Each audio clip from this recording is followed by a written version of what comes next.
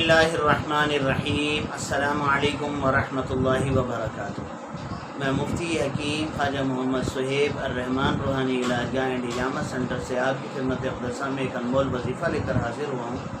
उम्मीद है मेरी पहले वाली वीडियोस भी आपको पसंद आई होंगी। तमाम बहन भाइयों को हमारे इस चैनल इस पेज के अंदर खुश आमदीद।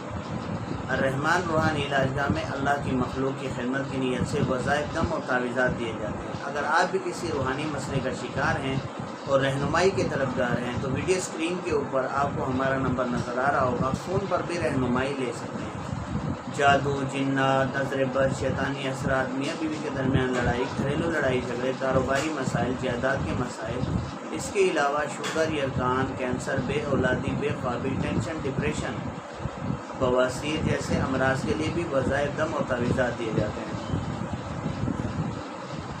बहुत सारे लोगों ने बहुत सारे किस्म के मैसेज किए हैं और बहुत सारे लोगों की अजीब व गरीब ख्वाहिशात होती हैं।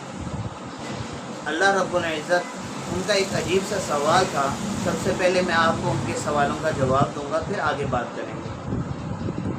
बहुत सारे बंदे ये सवाल करते हैं कि भाई हर काम जब होता अल्लाह की मर्ज़ी से है तो फिर ये जादू इंसान का क्या बिगाड़ सकता है, और जादू की कितनी हकीकत है, और जादू के नुकसानात क्या हैं, और जादू के फ़वाइद क्या हैं। सबसे पहली बात तो आप ये समझ लें कि जादू जो है ये गुनाह कबीरा है और शरअन इसकी हैसियत भी है।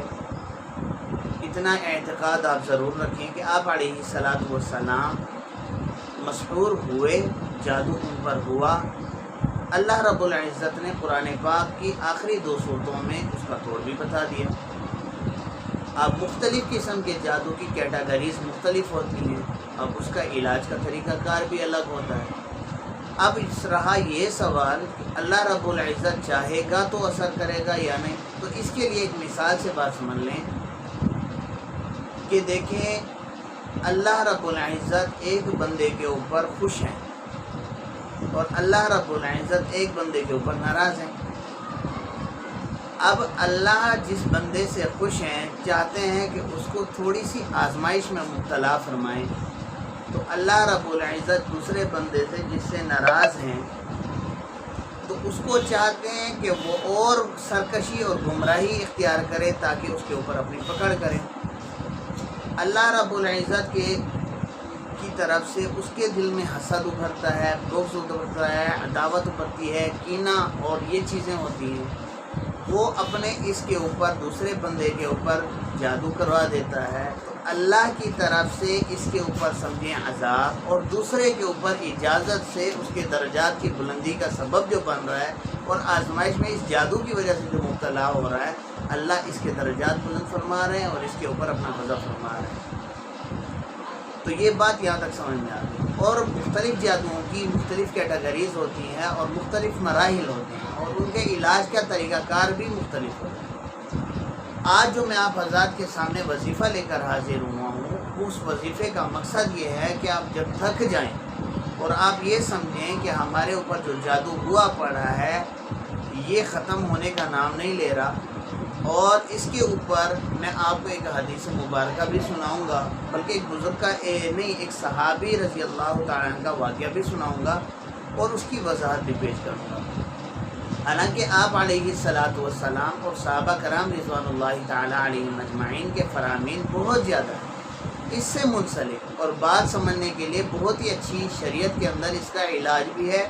आप अगर रहनुमाई चाह रहे हैं और मज़ीद ही तफसीली गुफ्तगू चाहते हैं तो वीडियो स्क्रीन के ऊपर भी नंबर नज़र आ रहा है, आप फ़ोन पर भी मज़ीद रहनुमाई ले सकते हैं। बहरहाल वजीफ़ा जो ये है, ऐसा जादू, ये इस मसले के लिए ऐसा जादू जो आप समझते हैं कि इसकी कोई आमिल काट नहीं कर सकता, ऐसा जादू जिसके ऊपर बंद गिरें लगी हुई हैं, ऐसा जादू जो आप समझते हैं कि ताले बंद करके किए गए हैं और उसके खुलने का नामो निशान ही नहीं है, ताले गुम हो चुके हैं, तालों को समुद्रों में फेंक दिया गया है तालों को, और ऐसा जादू जिसने ज़िंदगी अजीरन कर दी हो, तो उसके लिए एक अनमोल अमल है।